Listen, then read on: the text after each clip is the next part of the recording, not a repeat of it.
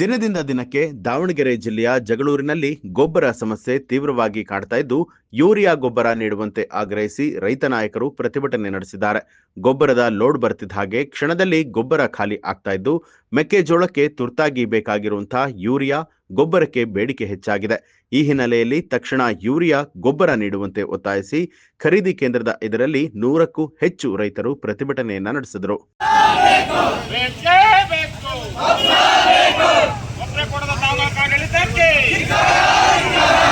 ರೈತರಿಗೆ ಗೊಬ್ಬರ ನೀಡದ ತಾಲೂಕು ಆಡಳಿತಕ್ಕೆ ಅಯ್ಯಯ್ಯೋ ಅಯ್ಯಯ್ಯೋ ಅಯ್ಯಯ್ಯೋ ಸರ್ಕಾರಂತೆ ಸರ್ಕಾರ, ಕಾನೂನಂತೆ ಕಾನೂನು. ರೈತರಿಗೆ ಯೂರಿಯಾ ಗೊಬ್ಬರ ವಿತರಣೆ ಮಾಡದ ತಾಲೂಕು ಆಡಳಿತಕ್ಕೆ, ರೈತರಿಗೆ ಯೂರಿಯಾ ಗೊಬ್ಬರ ವಿತರಣೆ ಮಾಡದ ತಾಲೂಕು ಆಡಳಿತಕ್ಕೆ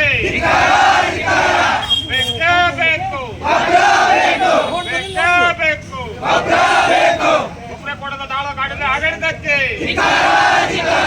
ಗೊಬ್ಬರ ಕೊಡದ ತಾಲೂಕು ಮತ್ತು ಜಿಲ್ಲಾ ಆಡಳಿತಕ್ಕೆ ಎಲ್ಲಿವರೆಗೆ ಹೋರಾಟ? ಅದಕ್ಕಾಗಿ ಹೋರಾಟ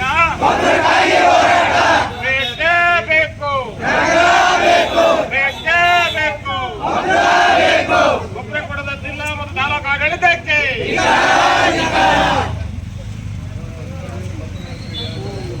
ಇಲ್ಲಿ ಗೊಬ್ಬರಕ್ಕೆ ಸ್ಟ್ರೈಕ್ ಮಾಡಿದ್ರೆ